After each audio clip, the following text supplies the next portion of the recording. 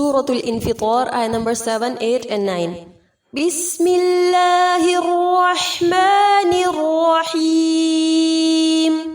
الذي خلقك فسواك فعدلك في أي صورة ما شاء ركبك كلا بل تكذبون بالدين.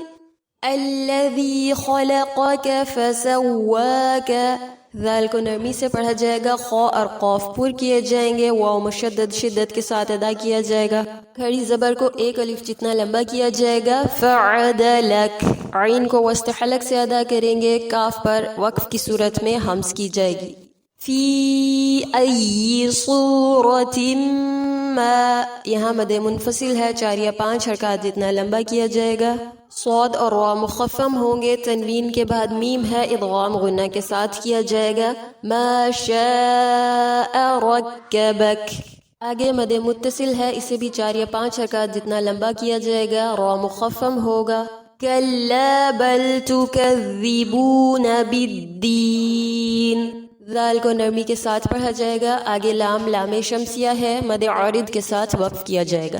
وآخر دعوانی ان الحمد للہ رب العالمین۔ السلام علیکم ورحمۃ اللہ وبرکاتہ۔